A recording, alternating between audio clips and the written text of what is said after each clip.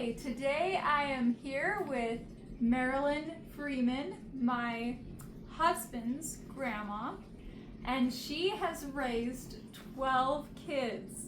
So I think she is a pretty good source to ask questions about motherhood and raising kids. And so the first question I have for you, this is a very important one, is if you were a superhero, what would your superpower be? Oh, probably wits about me. Have your wits? Be prepared to meet anything. I like that. That is a good one. Okay, so what is something that you feel like newlyweds, like newly married couples, need to hear? Be patient with each other. I like that. And just remember, this too will pass. It always doesn't stay the same. Maybe they don't want some things to pass and other things they need to hear that it will pass. I like that. Okay, so how do you balance your time with each of your kids? Because again, she had 12 kids. So how did you balance your time and help them not to feel like forgotten or left out? That's a hard one because they're all different ages and they all have their different needs. And of course, the littlest ones are the ones that need you the most. So you only have so much time in a day. So somebody's going to feel left out, but you try to make it up in other ways. I like that. Yeah, there's ways that you can make it up in different ways for each kid. Okay, so people think that you need sometimes a huge house for a huge family, but you guys have definitely added on over time. But this house was not very big originally. So how did you make certain things work with lots of kids? Well, when we moved to this house, we had JD, Shelley, Becky, Stan, Bill. That's 5. Oh, And wow. we didn't really have a main bedroom. We had the one, and we had everything stashed in that room. Just try and make it fit. But we started remodeling. It's an old pioneer home, and we started remodeling right off the bat, and things did come together eventually, but I felt like I was forever in clutter. In a little tiny spot. Oh, okay. So how did you afford to provide for all of those kids? And did you make like certain meals stretch? I did a lot of stretching, and I did a lot of making bread, making cheese, and things like that from scratch. And oh, you made cheese from scratch? Is that from your goats or? no, we had a milk cow. Oh, okay. And so I made the cheese, learned how to do it. Wow. So it was all a good experience, and You were resourceful. well, that and I just felt like the Lord blessed us. We never did feel like we was going to be without. Oh, See, I just felt like we've been blessed, and Jim was in business for ourselves, and so we just managed. he was an entrepreneur. He had his own business for quite a while. We had he learned the trade of cabinet work when he was working for Motorola in Arizona. He made furniture and cabinets, and then when we got married, I was working for not Motorola. He was working for Stradling's. I was working for Motorola, and then he got on at Motorola. Wow. And that's where he learned the precision machining trade. So he's got 2 talents, and so after some time he decided he liked to be his own boss. And so we bought the old schoolhouse down here, and he had a cabinet shop in one big room and his machine shop in the other. So when it got slow government-wise with machine shop, then we could always pick up the cabinet shop. So we always had money coming in. That's neat. Okay. What is a funny memory or just a funny, quirky little thing that your kids had together? I really can't remember. There's so many things of happened, and then I was gonna say, I know that her kids are pretty competitive in their games. that's for sure. I know that is something kind of like with your family, a little fun little thing that they get pretty competitive with games. With not only with card games, but with sports and with Yes. everything. So, but I think they come by it honestly. I'm very competitive with my sisters and that sort of thing. We were quite well, and a lot competitive. of her kids did sports like in college and stuff. They did really well. Yeah. They're very athletic too. They were lucky that a couple of them got scholarships at BYU for their sports. That's neat. Yeah, some of them did track, right? Yeah. And running also, like Well, cross country. mainly or javelin and track and javelin. jumping and that sort of thing. That's neat. Okay, the next question. What are some habits that you taught your children that influence them being successful today? I think when you've got a big family, you all have to work together to make it to make your home functionable, and there's a lot of work that goes into it, especially living on a farm like we do. So we all had our chores, and I guess when the nuts of it is they taught them to learn to work, and You taught them to work hard. yeah, they did have to work really hard, and Jim set a really good example of hard work with his business and being there working all the time.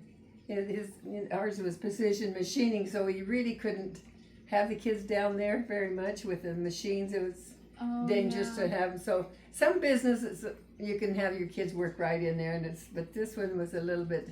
I had to wait till they're older. Yeah. So. Yeah.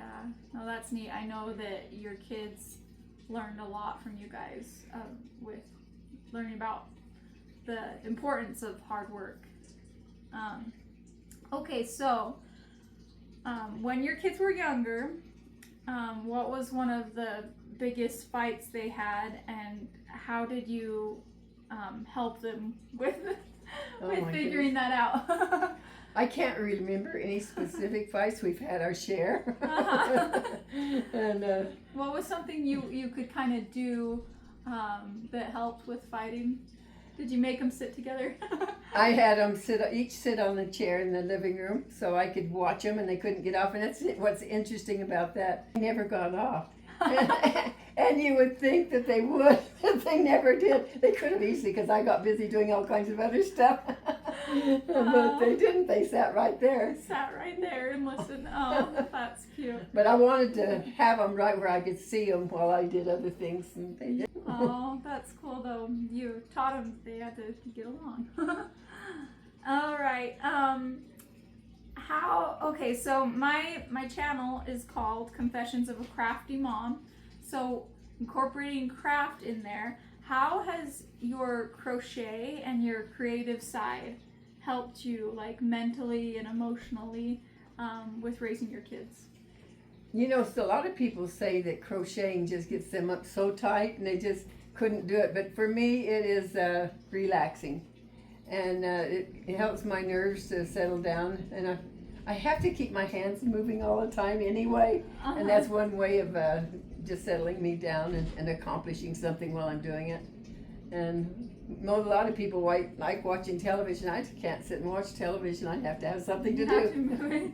You gotta keep moving. So creativeness and crafty stuff will help you with raising kids. It does for me. Yeah. Okay. So, what are some ways that you have found to incorporate your faith in God with raising your kids?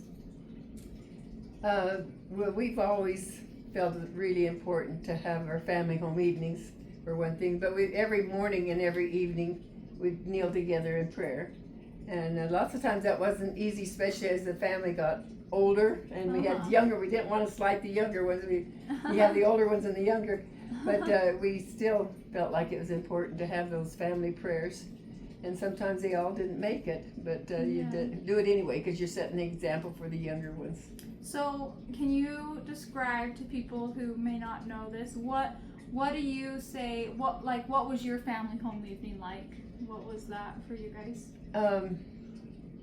As they were littler, we'd always have the structure of a song and the prayer, opening prayer and the song, just kind of like we do fun. primary. Yeah. And have a story.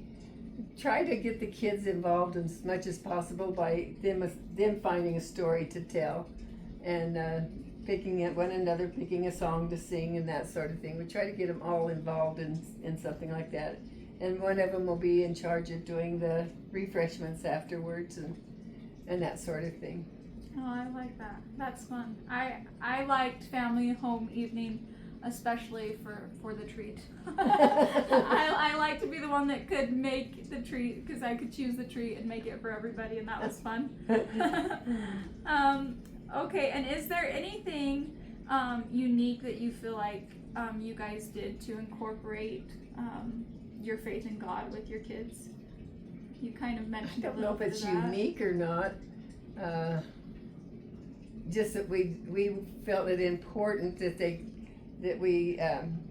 Jim would interview them for one thing. As they got older, they had their little talk with their dad, and we felt it was important that we did have those family home evenings, and did have time to sit and talk to them. And one thing that I really felt like is important is for me as a mother to be home when they come home from school. Oh, yeah. Especially when the kids are all in school and they come home. I think it's so important to have mom home. Not have them come home to an empty house. So yeah, no, that's sweet. I remember I loved coming home when my mom was home and I had a hard day, especially, that I could go and give her a hug and cry. Yeah, that's when they're most likely to do their heartfelt talks to you. Yeah. Which they needed to vent, and mom's there to hear it. Oh, yeah. No, that's important, being there for your kids. Okay. What is something you think that parents need to hear today? Be consistent and be there. I like that. Be consistent and be there. I like that a lot. That's beautiful. You can be there in more ways than physical too. I mean, that you can, lots of times you can be there and your mind's way off someplace. What can I do now? Yeah. You got to be there with your mind and really listen to what the kids are trying to tell you. Yeah. Well, and with that, what do you think of the use of phones today? Because I think that plays into that a little bit, where people are kind of there but not really, because they're looking at their phone and they're just kind of like their kids trying to tell them something. And I mean, I've been guilty of this sometimes too, where my kids are trying to tell me something and I'm like, sure, wait, what? And then I'm like, oh dear, I was not listening. I needed to set it aside and listen. That raising kids a lot harder now than it was back in our day, because we didn't have those distractions. We didn't have computers and all that kind of stuff. And it's a necessary evil, I guess it is. Good thing to have, but it's in the same token, it's one that you question. And I know some parents nowadays will have the kids put their phone in a little tote when they're having the meetings, or if they're going to do something. They said, put your phone in the tote and get it right out of their view. Yeah. So I think that might have been a good idea, but I didn't have that problem with them so much then. Yeah. No, well, I think, it does make parenting a little bit harder today, because you do need to actually focus, and your kids need to know that you actually see them, that you're really there for them. And I think also what you said with being consistent, that's also really hard, because the world is so fast moving and busy and everything, and sometimes it's easy to be like, oh well, we'll let this slide, but then once you let it slide once, will it slide again and again, and they need that consistency. Yeah. What is something that you want your posterity to know? We were having a moment trying to read that question that I wrote. My posterity, well, probably to know that I do believe in Jesus Christ, and I have a testimony of his his life, and that the importance that we try to follow his teachings. And I know that the priesthood is real, and in a home we really do need that priesthood in our home, and it's a comfort to know that we have that kind of power in our homes to lead us and guide us in raising our families. Oh, that's beautiful. Well, I think anyone that knows Marilyn knows that she has a testimony of Jesus Christ. The next question is, what is something that you want to be remembered for? Well, probably my kids have turned out great, and I want to. That's my first priority, is my kids, and I'd like to be remembered for the hard work that goes into it. It's not just a piece of cake. We've had our ups and downs. We all do, but it's got its rewards, and my family is my reward. I love that. You want to be remembered for what you gave to your family. Is that kind of? I think so. That's beautiful. Oh, well, thank you so much. If you guys have any questions for us or a woman that has raised 12 amazing children, let us know in the comments below or anything. I just want to add one more thing. For all you ladies out there, when you feel overwhelmed, just remember that too will pass. It'll be just a memory, and it'll be a good memory. So don't get discouraged, because it's all worth it. Thank you. That was beautiful. Thank you so much.